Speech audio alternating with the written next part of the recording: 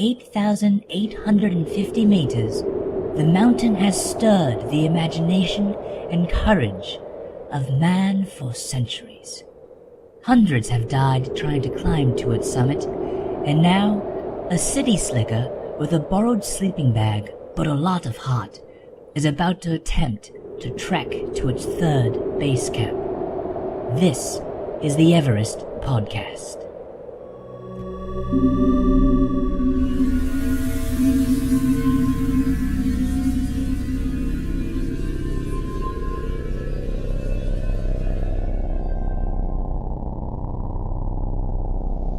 Welcome to the Everest Podcast. This is episode 10. My name is Erick, and I'm your host for the Everest Podcast. Thanks for listening in. So today will actually be a relatively short podcast. This is our first full day of acclimatization. So it was a pretty rough day. For those of you who have gone trekking or climbing before at high altitudes, you may know how painful acclimatization could be, or maybe it's just me. This is where my city slickerness may be coming into play. I like I mentioned just in my last podcast, when we arrived in Nyalam, which is at just a little over 12,000 feet, even the simple task of climbing 2 flights of stairs left me a little winded. So I was not looking forward to today, where we would basically go on a short hike to ascend basically about 1,000 feet and get used to the higher altitude. I was definitely not looking forward to it. But that's what we did. We actually climbed a nearby peak, we actually ascended, I think, close to 1,100 feet.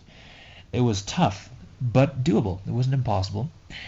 With frequent breaks, about every 15-20 minutes or so, we were able to make it up the 1,100 feet, which was about a mile and a half each way, and in definitely less than 2 hours. So not bad at all. Actually, probably more like an hour and a half, with some breaks in between where we were resting or just taking photos. We took it pretty easy.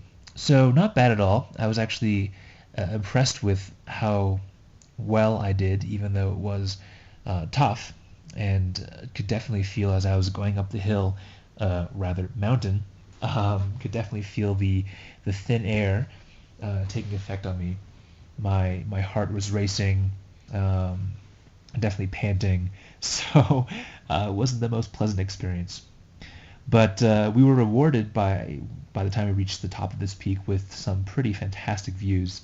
We were really literally in the clouds, which was very neat.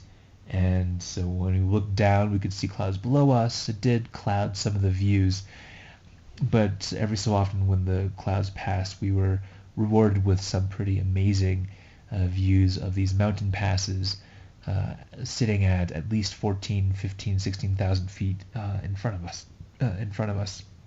So that was pretty rewarding. And that was pretty much the day. For the rest of today, we returned back to Nyalam after our hike and have been pretty much resting ever since. Not too much going on, which is the way we're supposed to do it, just a regular day of acclimatization. Interesting things, I think, a few observations about the city. There is one main road which cuts straight through Nyalam. It's the Friendship Highway. It's the one only road that connects, Kathmandu to Tibet and ultimately Lhasa. But along sort of parallel to Friendship Highway are some smaller roads, most of them unpaved, maybe just 2 or 3 of these. And the interesting dynamic is that most of the Chinese nationals who live in Nyalam live right along the main road, but it's the Tibetans who actually live along these parallel roads. And I haven't really asked anyone yet, mostly because it's a sensitive topic, I'm sure, but I don't see too much mixing between the two ethnicities. The Chinese nationals tend to stick to themselves, while the Tibetans tend to stick to themselves as well. And they live pretty different lifestyles. You can tell by the architecture along the main road that Chinese nationals have more of the stereotypical Chinese, very plain, basic architecture, very utilitarian. But you go to these smaller streets where the Tibetans live, and they're fabricated more out of brick and mud and corrugated metal. And along the walls you see dung patties, which is their fuel. So they take piles of yak and cow dung and smush them up against the walls or smush them up against some rocks and let them dry out in the air and the sun. And once they're dry, they become apparently great fuel. I haven't tried it yet, nor do I think I ever will. But it is a little interesting to look closely at some of these dung patties, and you just see this full handprint smushed right into the dung patty, kind of like in kindergarten where you make your first plaster cast of your handprint. They're basically doing that, but with poo. So differences in cultures, but total respect, and very, very interesting to see the differences in cultures there. But that's pretty much it for this podcast. I guess I will continue with our little segment of listen to Erick get stupider, even though I haven't actually ascended any additional altitude or any height since yesterday. But we'll go through it and just keep this tradition alive. Definitely, because it will get much more exciting as we keep going forward, I think. So first, tongue twister.